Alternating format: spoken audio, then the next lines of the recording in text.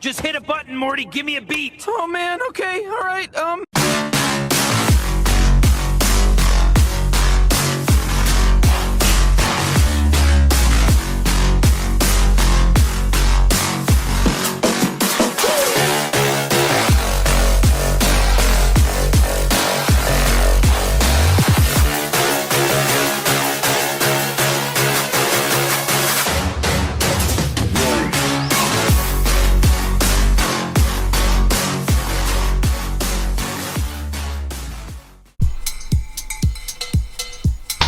Today we're rocking the Hexy pug and donut socks.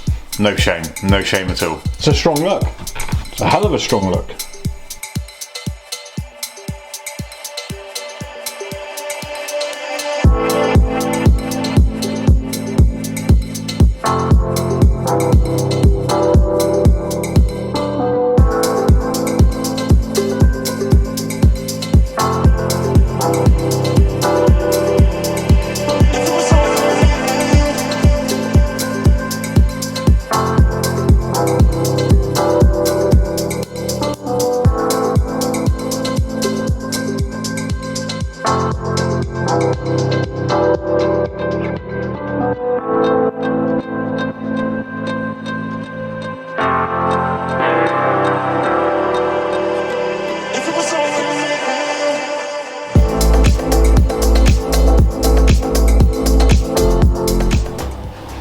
Like, how do I start this vlog? One cat, two, like, this is how I'm going to do the vlog. This is it. Okay. Good evening and welcome back to another vlog. Today we're going to dive in and understand a bit more about Matt Fraser's latest project, Podium Nutrition. So there's been all kind of vlogs out this week, one from the Buttery Bros, one from Matt Fraser. We've had the content creators covering it, so I'm going to jump on in. When Matt Fraser said that he was going to be even more in the spotlight after finishing competing in CrossFit, he wasn't lying. So far we've had his training program released, we've seen his YouTube channel kick off, he's been holidaying, he's been doing vlogs with the Buttery Bros, and his latest endeavor is setting up a nutrition company with the Buttery Bros called Podium Nutrition. It's released on July the 8th with 3 main supplements in the works. Yeah, so the 3 main things we're launching, we're gonna come up with a protein, we're gonna do a BCAA hydration type of product, and then we're also gonna do a pre-workout, make your face melt.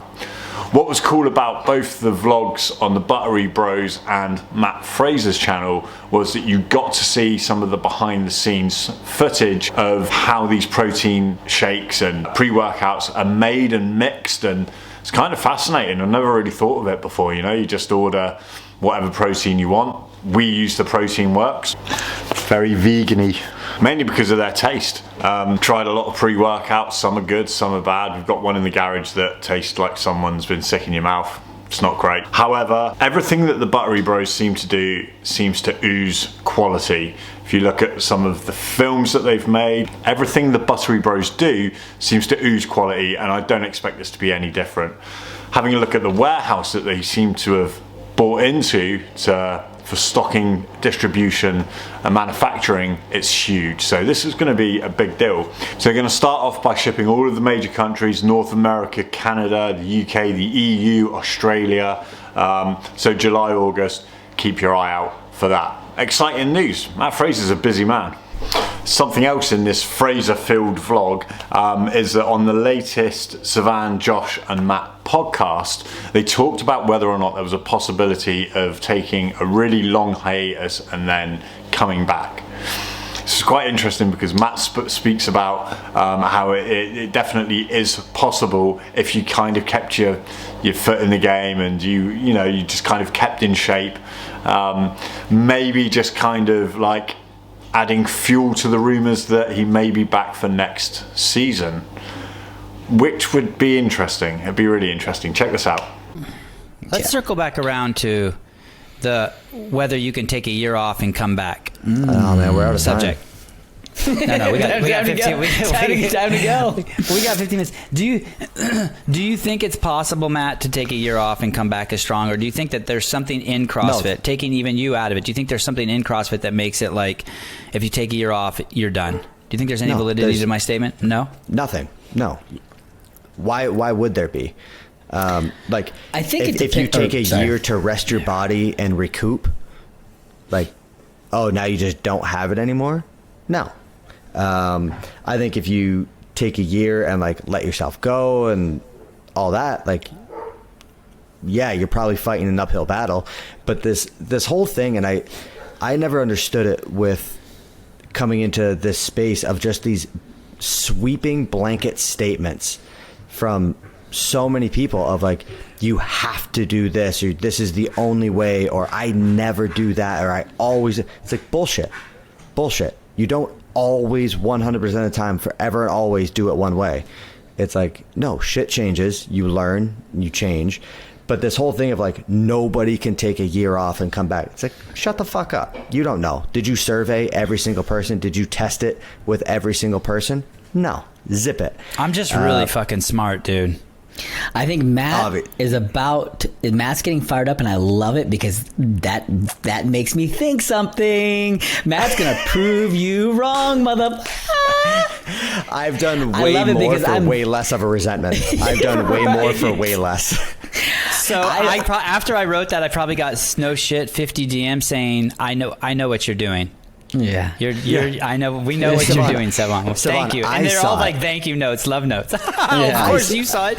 No, my wife tells me something, and you text me and be like, yeah, I know what your wife just told you. You have an analytical brain of like 20 supercomputers after what you called me on last week. Seriously, it was ridiculous. Honey, don't say that to me. Why? Because Matt's gonna know. Yeah. No, I think, is it possible? Yeah, 100%. Like, yeah, absolutely. But you don't think it would be harder? You don't think like there's got to be some sort of level of intensity that comes with that kind of training that I feel like if you take enough time off, you just won't be able to get back there again. No, you would have a full, like, let's say, all right, you take a year off. Now you have 24 months before the next games. So let's say you have 18 months before your next competition, like the Open or something. You have 18 months to do nothing but base building. What type of superhuman would you come back as? That'd be amazing. And what do you think? Obviously, that pain cave. Do you forget how bad it is, and so it's easier to go back to it, or is it that you can never get back to it? That's kind of my theory. That once you leave that regular visits to the pain cave, you can't get back there again. That's my theory. False? No, yeah. I build it up more in my mind. I remember it, or I tell myself it's going to be more painful than it actually is, so that it never arrives when I'm competing. Oh. Like, I'm going into workouts so fucking scared because I know what I'm about to put my body through. I know the sensation I'm about to feel, and I'm building it up like this is going to be so painful. I'm ready to lose a finger, like, or feel like my arm's being ripped off, whatever it is. Lose a finger. So that during the workout, when I'm in pain, I'm like, this isn't bad yet. Keep going. This isn't bad yet. And I'm always waiting for that next level of pain, and then it doesn't arrive, and you're like, oh fuck, awesome. Oh, it's starting to get too dark. I need like a big light here. Okay, in other news, just been caning it and training again, been absolutely loving life. It feels so good to be back in the gym and just working out. Yeah, feels good. I took the weekend off and hit it yesterday, hit it this morning. It was hard work hitting it this morning, I won't lie. But yeah, feels good to be back. And that's it, just a quick bit of an update on Podium Nutrition and what's going on in the world of CrossFit. And yeah, I'll see you on the next one. Have a good night, morning, evening, wherever you are, man. You know the score. Like and subscribe, all that malarkey, get it done. Have a good one.